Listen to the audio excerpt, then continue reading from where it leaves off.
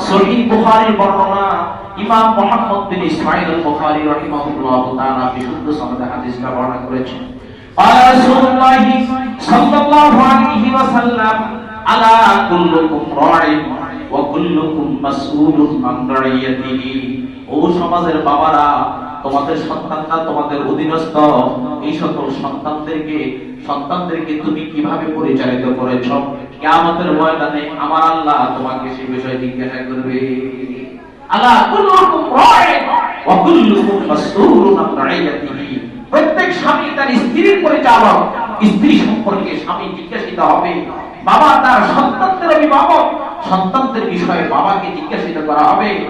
ভাই তার বোনের অভিভাবক, বোন সম্পর্কে ভাইকে জিজ্ঞাসা করা হবে, তোমার বোনকে তুমি কোন বিষয়ে কিভাবে পরিচালনা করেছ। মুসলমানের বান্দা, এজন্য আমাদেরকে সচেতন হতে হবে।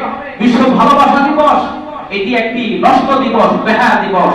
এই দিবসে আমি একজন সচেতন